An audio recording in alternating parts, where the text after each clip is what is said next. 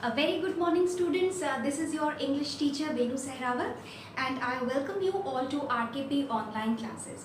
So beta, in our last class we learned about noun clauses, right? And today we'll start with adjective clause. Okay, so our topic for today is adjective clause. Now, just like the noun clause, it is also a subordinate clause. Okay, that means a dependent clause.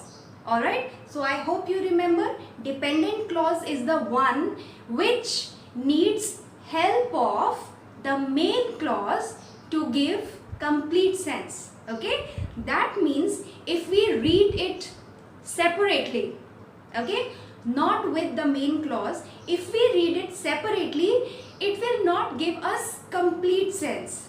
Okay, and to give complete sense, it needs to take help of the main clause.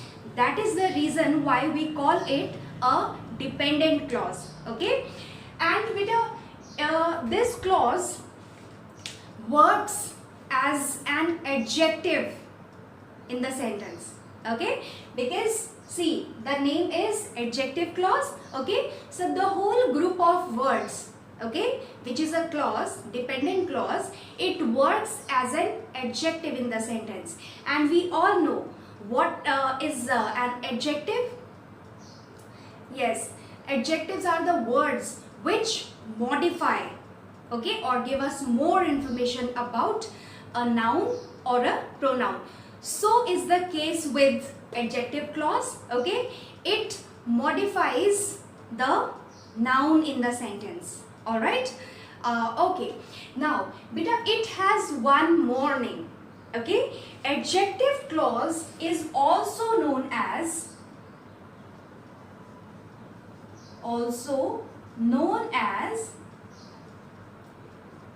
relative clause.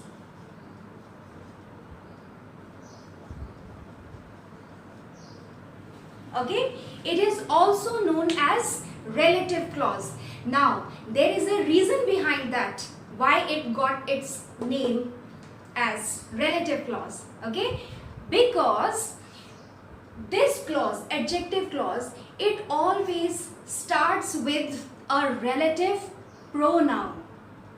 Okay, so here comes the first clue.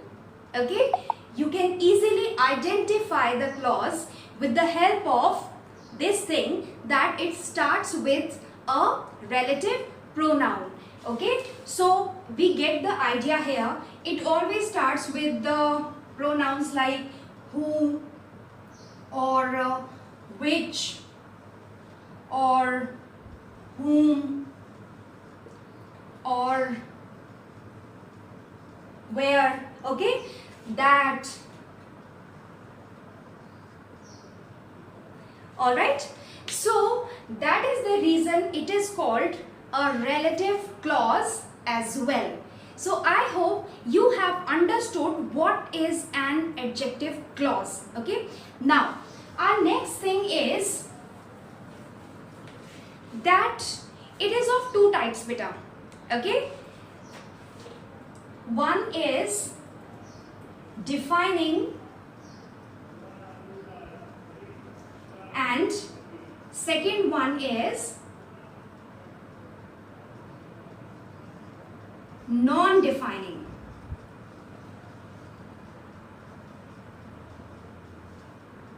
Okay, defining adjective clause and non-defining adjective clause. Now, with the help of an example, we'll try to understand this, what is the difference. Okay, now the main thing is beta, that in defining adjective clause we get necessary information about the noun. Okay, so it gives us necessary information. Okay, necessary information. And whereas non-defining adjective clause gives us additional information. Now, what is the difference here between the two? See, here we get additional information. Now, beta, what I mean to say is, necessary information cannot be taken out from the sentence. Okay, it cannot be taken out because it is necessary to give complete sense to the sentence, right? Whereas additional information is, it is additional, it is extra, but it is not necessary. You getting my point? It is extra information about the noun, but even if we take it out of the sentence, it still makes complete sense. Understood? And now second point here to remember is that in defining adjective clause, we do not use comma. No use of comma. Okay? And on the contrary, in non-defining adjective clause, we use comma. Okay? So here, use of comma. Understood till here? So these two are the adjective clauses, defining adjective and non-defining. And what are the two things that you have to remember about that? First is that defining adjective clause gives us necessary information. Without that information, the sentence will not give us sense. Okay? So it has to be there in the sentence. Without this information, the sentence will not be meaningful, right? And non-defining adjective clause, it gives us additional information, extra information, which can be taken out. Even if we remove that part of the sentence, that information from the sentence, it still makes sense. Understood? And here we do not use any comma. Okay? And here we need comma. Alright? Now see, I'll write a sentence.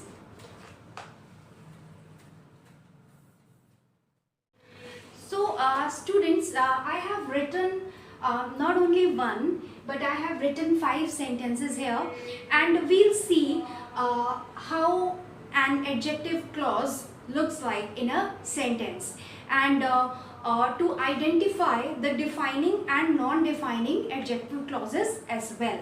Alright, so now here in these sentences some commas are missing.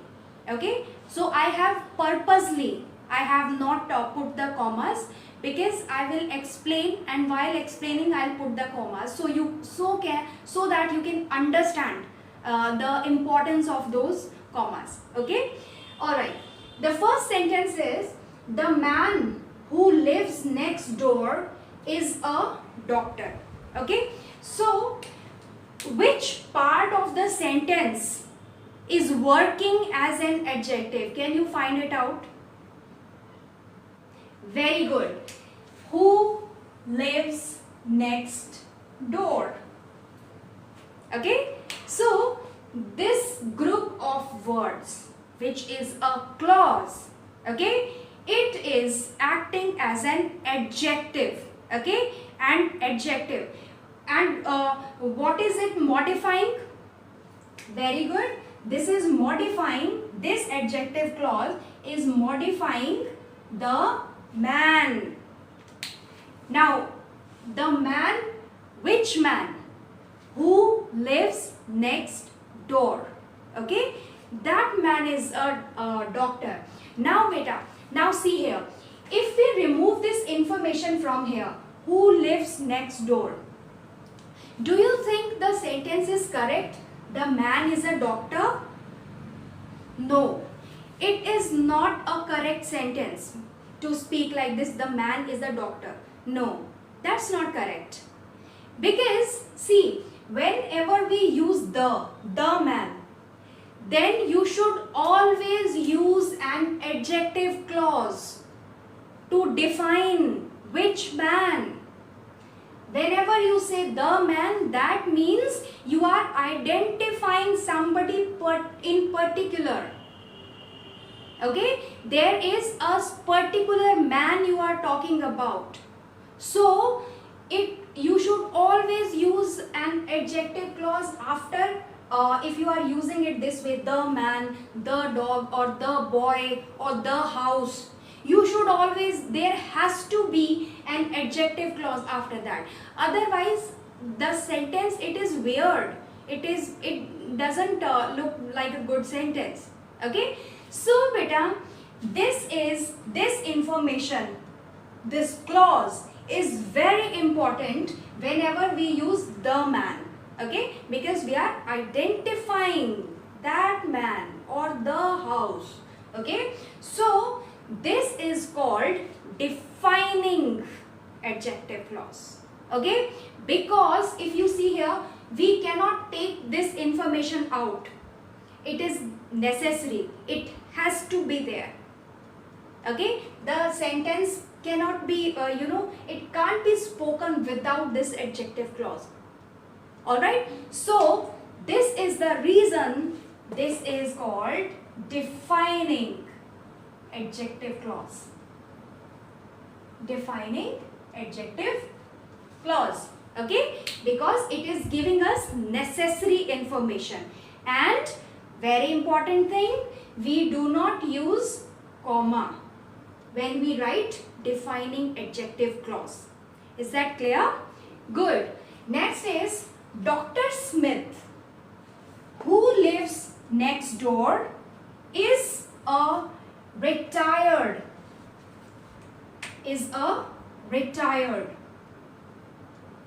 surgeon. Alright. Now beta, can you find out the adjective clause in the sentence? I am sure you have already found it out. So Dr. Smith, who lives next door. This is the adjective clause here. And it is defining, it is modifying, rather I should say, it is modifying the noun Dr. Smith. Okay. Now, which Dr. Smith? The one who lives next door. Okay.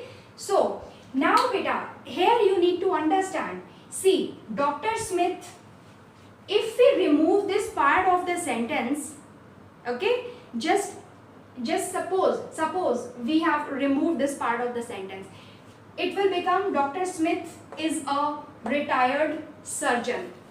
Good sentence. It is meaningful, it is correct to be used, right? So, if we see here, who lives next door, it is an additional information about Dr. Smith. Okay, it is an additional information, it is an extra information. We already know who Dr. Smith is, and we already know that he is a retired surgeon. So this is only an extra information. So even if it is removed, it gives good sense, right? So which makes this clause non-defining. Okay, so this is non-defining. Adjective clause. Alright, and remember, I told you that when we have a non-defining adjective clause, it is necessary to use commas there. Okay, so where to use comma? Before the adjective clause starts and after it ends. Okay, so Dr. Smith, comma. Alright, who lives next door, comma. Okay, we will put that part of the sentence into commas, which is an additional information. Basically, the non-defining adjective clause. Good? Very nice. Next is, he tells a tale that sounds untrue. Now, he tells a tale. It's very much clear that this part of the sentence, that sounds untrue is our adjective clause. Okay, now it is defining this is acting as an adjective to what? To tale. Okay, so he tells a tale. Tale means story. Okay, tale means a story, and untrue sounds untrue means it looks like as if it is a made up story. It is not true. Okay, so he tells a tale that sounds untrue. So now this is the adjective clause which is modifying the tale. Alright? Okay. The umbrella which has a broken handle is mine. Okay? Now if you see here, beta, if we remove this part of the sentence which has a broken handle, it is the adjective clause, right? But even if we remove this part of the sentence, this makes sense. The umbrella is mine. Do you think so? The umbrella is mine. No, it is necessary information, because I told you, whenever we have the with a noun, okay, there should be a clause which is defining it. The umbrella. Which umbrella? At least tell me which umbrella are you talking about. Okay, so I need extra information about that. So the umbrella, not extra but necessary information. Okay, so the umbrella which has a broken handle is mine. So this is the defining adjective clause, because this part of the sentence, this clause is defining that particular umbrella which has a broken handle. I am talking about that umbrella. Okay, so this is defining adjective clause. Now next is, my sister who lives in New York is here these days. Now beta, see, it can be written with comma and without commas also. Okay, but it changes the sense. Okay, the meaning of the sense of the sentence changes if we put the comma and if we do not put the commas, right?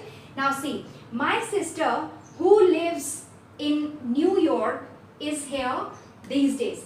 Now this is the adjective clause here. Okay, my sister who lives in New York. Now if we do not use commas, okay, if we do not use commas, it gives us the sense that I have many sisters. Okay, I may have 3 sisters. Okay, but I am saying my sister who lives in New York. So out of those 3 sisters, I am talking about one sister who lives in New York. You are getting my point? If we do not use commas here, it means I have more than one sister, and I am talking about the one who lives in New York. You getting my point? Now let's put the commas here, and then let's see what changes come in this sentence. Now if I put comma here, okay, that means I have only one sister, okay, and I am talking about her only. Okay, in this case, when we use commas, my sister, here it becomes a non-defining clause. Okay, because it is the extra information about my sister. Alright, and even if we remove this, it becomes, the sentence is complete. My sister is here these days. Alright, so my sister who lives in New York. So this is an extra information given by the adjective clause is here these days. So I hope you have understood the importance of commas better. Okay, see, it can change the whole meaning of the sentence, right? So I hope better you have understood about adjective clauses, you have learned about adjective clauses. Okay, so still if you have any doubt, please do ask me. Thank you.